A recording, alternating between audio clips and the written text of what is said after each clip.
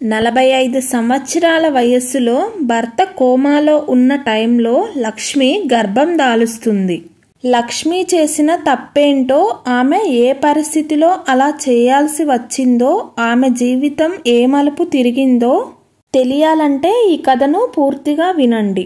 హైదరాబాదు పెద్ద మహానగరం. ఇక్కడ చాలా పెద్ద పెద్ద డబ్బులు ఉన్నవాళ్ళు, మధ్యతరగతి వాళ్ళు, డబ్బు లేనివారు, డబ్బు కోసం కష్టపడేవారు, ఇలా అన్ని రకాల వాళ్ళు జీవిస్తూ ఉంటారు. అలాంటి ఆ మహానగరంలో ఒక కుటుంబం కూడా ఉంది. ఆస్తి అంతస్తు అంత ఎక్కువగా లేకపోయినా కూడా ఒకరికి సహాయం చేసే గుణం, ఎవరైనా వచ్చి మాకు లేదు సహాయం చేయండి అని అడిగితే ఇచ్చేంత డబ్బులు ఉన్న ఒక పెద్ద కుటుంబం కూడా నివసిస్తూ ఉంటుంది. ఆ కుటుంబ యజమాని పేరు ప్రసాద్, అతని భార్య పేరు లక్ష్మి. పేరుకు తగ్గట్టుగానే ఆ ఇంటికి ఇల్లాలు లక్ష్మిలా ఉంటుంది. ఎప్పుడూ పూజలు, నోములు, వ్రతాలు చేస్తూనే ఉంటుంది. వారికి పెళ్లి అయ్యి 5 సంవత్సరాలవుతుంది. డబ్బు, పరపతి, గౌరవం, మర్యాద ఉన్నా కూడా వారికి పిల్లలు లేరు అనే లోటు ఇద్దరిలో ఎక్కువగా ఉంటుంది. ఏ దేవుడి గుడి కనిపించినా, ఏ పుట్ట కనిపించినా, ఏ చెట్టు కనిపించినా మాకు పిల్లలు కలగాలని దేవుడిని మొక్కుతూనే ఉంటారు. అలా ఇద్దరు ఒకరోజు హాస్పిటల్కి వెళ్తారు. అక్కడ డాక్టర్ టెస్ట్ చేయగా లక్ష్మి గారు ఆరోగ్యంగానే ఉన్నారు. కానీ ప్రసాద్ ఎక్కువ డబ్బులు సంపాదించాలని చాలా కష్టపడడం వల్ల తనకి స్పెర్మ్ కౌంట్ తక్కువగా ఉంది. కానీ మీ ఇద్దరికి మీ పిల్లలు కావాలి అంటే మీ భర్త స్పెర్మ్ ద్వారా మీకు పిల్లలు కలగవచ్చు అని డాక్టర్ సజెషన్ ఇస్తారు. ఆ మాట వినగానే ప్రసాద్ గారు అలాగే అంటారు. కానీ లక్ష్మి, నాకు నా భర్తనే చంటి పిల్లాడితో సమానం. తనకు నేను, నాకు తనే, మా ఇద్దరికి పిల్లలు, మేమిద్దరము, మాకు పిల్లలు అవసరం లేదు అని చెప్పి ఇంటికి వెళ్ళిపోతారు.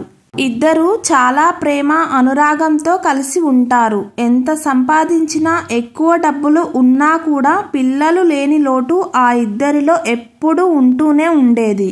అందుకే ఇద్దరూ కలిసి ఒక నిర్ణయం తీసుకొని ఒక అనాథాశ్రమంకి వెళ్ళి అప్పుడే పుట్టిన ఒక పసికందును పెంచుకోవడానికి తీసుకొని వస్తారు. ఆ పిల్లాడిని దత్తత తీసుకుంటారు. తమకు పుట్టిన బిడ్డగా ఆ పిల్లాడిని పెంచుకుంటూ ఉంటారు. ఆ బాబుకి అఖిల్ అని నామకరణం కూడా చాలా గ్రాండ్గా చేస్తారు. అలా ఇద్దరు అఖిల్తో చాలా సంతోషంగా ఉంటారు. ఆ పిల్లాడి రాకతో ఆ కుటుంబంలో సంతోషం నెలకొంది. ఇద్దరి మొహంలో నవ్వులు, సంతోషాలు వెల్లి విరుస్తున్నాయి. చాలా సంతోషంగా ఇద్దరు తమ కొడుకుగా భావించి తమ కన్నబిడ్డలా ఆ పిల్లాడిని చూసుకుంటున్నారు. అలా అఖిల్ పెరిగి పెద్దవాడు అవుతాడు. పిల్లవాడు అలా పెరుగుతూ ఉంటే వాళ్ళిద్దరూ మాకు పిల్లలు లేరు అనే బాధని కూడా మర్చిపోయారు. అలా అఖిల్కు 20 సంవత్సరాలు వస్తాయి. అతడు పై చదువుల కోసం US వెళ్లాలని తమ తల్లిదండ్రులను కోరతాడు. అలాగే నువ్వు పై చదువులు చదివి మన కంపెనీలన్నీ నువ్వే చూసుకోవచ్చు అని ఇద్దరూ అఖిల్ని US కూడా ఒక రోజున దగ్గరుండి సాగనంపుతారు. ఆ రోజు వరకు వాళ్ళిద్దరి జీవితాలలో ఎక్కడా కూడా దుఃఖం, కష్టాలు అనేవి లేకుండా ఇద్దరూ ఉంటారు. కానీ ఆ రోజు నుంచి వారి జీవితం తల్లకిందుల అవుతుంది అని ఇద్దరూ తెలుసుకోలేకపోయారు. తమ కన్నబిడ్డని ఆనందంగా USకి పంపించి కారులో ఇద్దరు దంపతులు నవ్వుకుంటూ వస్తూ ఉంటారు. ప్రసాద్కి 50 సంవత్సరాలు, లక్ష్మికి 45 సంవత్సరాలు ఉంటాయి.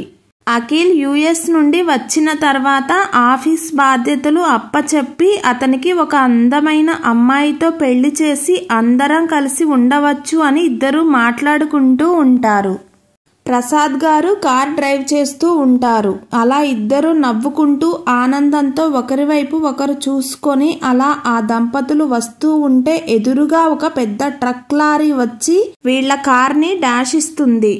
ఊహించని ఆ క్షణంలో ఆ కారుకు యాక్సిడెంట్ అవ్వడంతో ప్రసాద్ గారు, లక్ష్మికి పెద్ద యాక్సిడెంట్ అవుతుంది.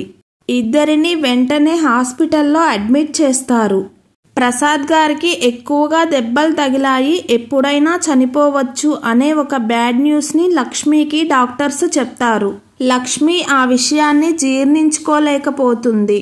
వాళ్ళ వైవాహిక జీవితంలో ఇన్ని సంవత్సరాల నుంచి కలిసిన రోజులు, సంతోషంగా గడిపిన రోజులు అన్నీ కళ్ళ ముందు గిర్రున తిరుగుతాయి లక్ష్మికి. అలాంటి తన భర్త తనని వదిలి వెళ్ళిపోతే తను బ్రతకగలదా అని బాధ జీర్ణించుకోలేకపోతుంది లక్ష్మి. అతని భవిష్యత్ కోసం వెళ్తున్న అఖిల్కి ఈ విషయం చెప్పకూడదు అనుకుంటుంది. అలా హాస్పిటల్లో 3 నెలలు గడిచిపోతాయి. ఈ 3 నెలలు భర్త ప్రాణాలతో బయటికి వస్తారు అని ఆశలు పెట్టుకుంటుంది లక్ష్మి. కానీ డాక్టర్ వచ్చి ఇలా ఎన్ని రోజులు ట్రీట్మెంట్ చేసినా ఉపయోగం లేదు, ప్రసాద్ గారి ప్రాణాలు కాపాడలేము అని చెప్పేస్తారు. అఖిల్కి చివరి చూపు అయినా దక్కాలి అని ఫోన్ చేస్తుంది. యాక్సిడెంట్ విషయం చెప్పి మీ నాన్నగారు ఇంకా బ్రతకరు, చివరి చూపు అయినా చూసుకోవడానికి రా బాబు అని ఏడుస్తుంది లక్ష్మి. వెంటనే అఖిల్ యుఎస్ నుండి ఇండియాకి బయలుదేరతాడు. అఖిల్ ఎయిర్పోర్ట్లో దిగగానే తన తల్లిదండ్రులను ఇద్దరినీ చూడాలని కారులో చాలా స్పీడ్గా హాస్పిటల్కి వస్తాడు. తండ్రిని ఆ పరిస్థితిలో చూసిన అఖిల్ జీర్ణించుకోలేకపోతాడు. తనని ఎంతో ప్రేమగా పెంచిన తన తల్లిదండ్రులు ఇద్దరూ అలా మంచం మీద ఉండడం చూసి తట్టుకోలేకపోతాడు. ఆ కొడుకు యుఎస్ నుండి రాగానే తల్లి ఎదురుగా వస్తుంది. అఖిల్ మోకాళ్ల మీద కూర్చొని తన తల్లి ఒడిలో తలను పెట్టుకొని, అమ్మా నేను వెళ్ళిన రోజు మీకు యాక్సిడెంట్ జరిగింది, కానీ నాకు 3 months తర్వాత చెబుతారా? ఎందుకమ్మా అంటూ బాధగా అడుగుతాడు. నువ్వు చదువుకోవాలి, నువ్వు ఎప్పటికైనా ఈ ఇంటిని చక్కదిద్దాలి నాయనా, అందుకే నీకు ఈ వార్తను నేను చేరవేయలేదు అంటుంది లక్ష్మి. నాన్న ఎక్కడమ్మా అని బాధగా అడుగుతాడు. లక్ష్మి కొడుకుని తండ్రి దగ్గరికి తీసుకొని వెళ్తుంది. మంచం మీద కదలలేని పరిస్థితిలో ఒక శవంలాగా పడి ఉన్న తన తండ్రిని చూడగానే అఖిల్కి దుఃఖం ఎక్కువ అవుతుంది. అలా తన తండ్రినే చూస్తూ అఖిల్ బాధపడుతూ ఉంటే లక్ష్మి వెంటనే అక్కడ వామిట్ చేసుకుంటుంది. అయ్యో నా తల్లికి ఏం జరిగిందో అని అఖిల్ తన తల్లిని జాగ్రత్తగా ఇంకొక గదికి తీసుకొని వచ్చి డాక్టర్కి కాల్ చేస్తాడు. డాక్టర్ వచ్చి లక్ష్మిని చెక్ చేసి, అఖిల్ గారు మీ తల్లి ఇప్పుడు తల్లి కాబోతున్నారు, కంగ్రాట్స్, మీకు తమ్ముడో చెల్లో వస్తున్నారనే వార్తని డాక్టర్ అఖిల్కి చెప్తుంది. ఆ మాటలు విన్న అఖిల్, మీరు ఇలాంటి వారా? నా తండ్రి బెడ్ మీద పడి ఉంటే నువ్వు ఎవరితో ఇలా చేశావు? నువ్వు అసలు నా తల్లివే కాదు అని తన తల్లి అయిన లక్ష్మిని అసహించుకుంటాడు.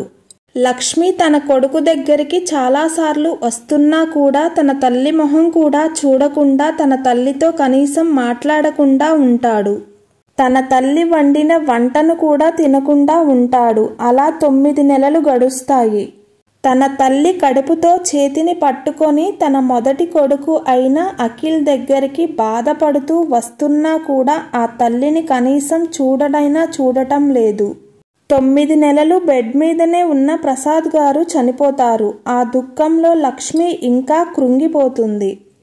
తన కడుపులో పెరుగుతున్న బిడ్డ ఒకవైపు, తను పెంచుకున్న ఈ బిడ్డ తనని అసహించుకోవడం లక్ష్మి గారు తట్టుకోలేకపోతుంది. కొడుకు అఖిల్కి ఎంతో సర్ది చెప్పాలని చూస్తుంది. లక్ష్మితో మాట్లాడితే కదా తన తల్లి ఏమి చెబుతుందో వినడానికి. ఆ విషయం తెలిసినప్పటి నుండి తన తల్లి మీద ద్వేషం పెంచుకుంటాడు అఖిల్. అందువల్లనే ఏ రోజు కూడా తన తల్లి ఏం చెప్తుందో వినడానికి సిద్ధంగా ఉండడు.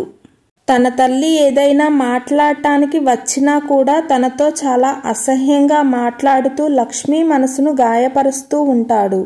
అలా 9 నెలలు నిండడంతో ఒకరోజు లక్ష్మికి పురిటి నొప్పులు వస్తాయి. 45 సంవత్సరంలో వచ్చిన ఆ పురిటి నొప్పులను తట్టుకోలేక లక్ష్మి విలవిలలాడిపోతూ ఉంటుంది. అప్పుడే అఖిల్ చూడలేక డాక్టర్కి కాల్ చేస్తాడు. ఇంటికి వచ్చిన డాక్టర్ లక్ష్మికి డెలివరీ చేస్తారు. పండంటి ఆడబిడ్డకి లక్ష్మి జన్మనిస్తుంది. ఆ పుట్టిన ఆడపిల్లని ఎత్తుకొని వెళ్ళి డాక్టర్ అఖిల్ చేతిలో పెడుతుంది. సారీ, మానసికంగా కృంగిపోయి ఉండటం వల్ల లక్ష్మి ఈ పాపకి జన్మనిచ్చి చనిపోయింది. ఈ పాప బాధ్యత ఇంకా నువ్వే చూసుకోవాలి అంటుంది డాక్టర్. ఎవరితోనో తప్పుడు పని చేసింది కాబట్టే దేవుడు నా తల్లికి ఈ శిక్ష వేశాడు. ఇంకా ఈ పాప నా రక్తం కాదు, మీరే ఈ పాపని తీసుకెళ్లి ఏ అనాథాశ్రమంలోనో ఇచ్చేయండి అంటాడు అఖిల్. నీ తల్లి ఏం చెప్పాలనుకుంటుందో ఎప్పుడైనా విని ఉంటే నీకు అసలు నిజం తెలిసేది. భర్త చనిపోతాడు అని తెలుసుకున్న మీ అమ్మ తన భర్త ప్రతిరూపం తనకి కావాలి అని, తన భర్త ద్వారా ఒక బిడ్డని కనాలి అని పట్టడంతో 45 సంవత్సరముల ఉన్నా కూడా లక్ష్మికి అతని స్పెర్మ్ ద్వారా గర్భం దాల్చేలాగా చేస్తారు డాక్టర్స్. ఇంకో నిజం కూడా నీకు తెలియాలి. నువ్వు వాళ్ళ సొంత కొడుకువి కాదు. ఇద్దరూ నిన్ను దత్తత తీసుకొని నిన్ను ప్రాణంగా పెంచారు. కానీ నువ్వే నీ తల్లి మనసుని బాధ పెట్టావు. భర్త మంచం మీద ఉండటం నువ్వు అదే టైంలో అసహించుకోవడం ఆ తల్లి జీర్ణించుకోలేకపోయింది. సరిగా ఫుడ్ కూడా తినకుండా చాలా నీరసించిపోయింది. అలాంటి పరిస్థితిలో ఉన్నా కూడా తన భర్త ప్రతిరూపాన్ని నీకు అప్పచెప్పాలని ఈ కూతురిని చాలా కష్టంగా భరిస్తూ ఇప్పుడు ఈ ప్రసవంతో నీకు చెల్లిని అప్పచెప్పి కన్ను మూసింది.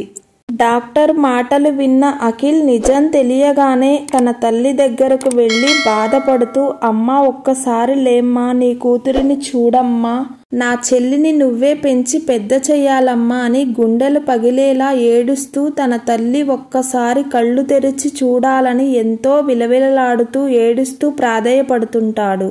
కానీ తన తల్లి తిరిగిరాని లోకాలకు వెళ్ళిపోయింది. ఇప్పుడు అఖిల్ బాధ్యత తన తల్లి తండ్రి ప్రతిరూపమైన తన చెల్లిని పెంచి పెద్ద చేయడం. వాళ్ళ ఇద్దరూ చనిపోయిన తరువాత మళ్ళీ నేను అనాథ అవ్వకూడదు అని నా తల్లి ఇలాంటి నిర్ణయం నా కోసం తీసుకుందా? నేనే నా తల్లిని అపార్థం చేసుకున్నాను అని తన తల్లి పాదాలను కన్నీటితో కడుగుతుంటాడు ఆ కొడుకు. ఈ వయసులో తను ఎందుకు అలాంటి నిర్ణయం తీసుకుందో కాస్త నేను ఆలోచించి ఉండాల్సింది. నేను చదువుకున్న మూర్ఖుడిని కాదు కదా, ఎందుకు ఆలోచించలేకపోయాను?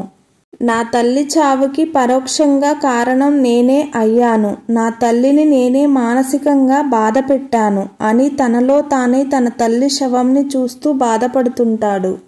ఎంతో బాధ్యతగా మీరు ఇచ్చిన ఈ బాధ్యతను సక్రమంగా నెరవేరుస్తాను అని తన తల్లికి మాట ఇస్తాడు.